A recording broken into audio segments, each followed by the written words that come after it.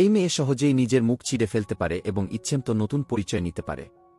এই শক্তি ব্যবহার করে সে ভিড়ের মধ্যে মিশে যায় অশুভ দানবদের শিকার করতে। একদিন এক ব্যক্তি মাছের অ্যাকোয়ারিয়াম হাতে নিয়ে তার পাশ দিয়ে যাচ্ছিল। হঠাৎ মেয়েটি হাতে থাকা দানব শনাক্তকারী কম্পাসটি তীব্রভাবে কাঁপতে শুরু করল। সে ভাবল দানবটা কি তবে ওই স্বর্ণমাছটার ভেতরে লুকিয়ে আছে। সে সঙ্গে সঙ্গে মানুষটিকে অনুসরণ করল, মুখ কাপড়ে ঢেকে নিজের পরিচয় গোপন করল এবং একই রেস্টুরেন্টে ঢুকে পড়ল।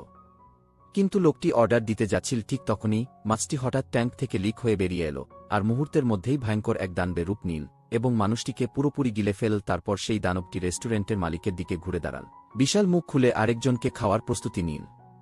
কয়েকজন পুলিশ চেষ্টা করল তাকে থামাতে, কিন্তু দানব মুহূর্তেই সবাইকে পরাস্ত করল।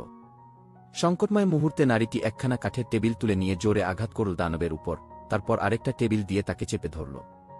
সে চেয়েছিল জাদু ব্যবহার না করে দানবটিকে আটকাতে, কিন্তু দানবটি সহজেই টেবিল ভেঙে বেরিয়ে এলো এবং প্রচণ্ড আক্রমণ করল। নারীটি নির্ভীকভাবে তার জিহ্বা ধরে টেনে নিল এবং লাথি মেরে দূরে ছুঁড়ে ফেল।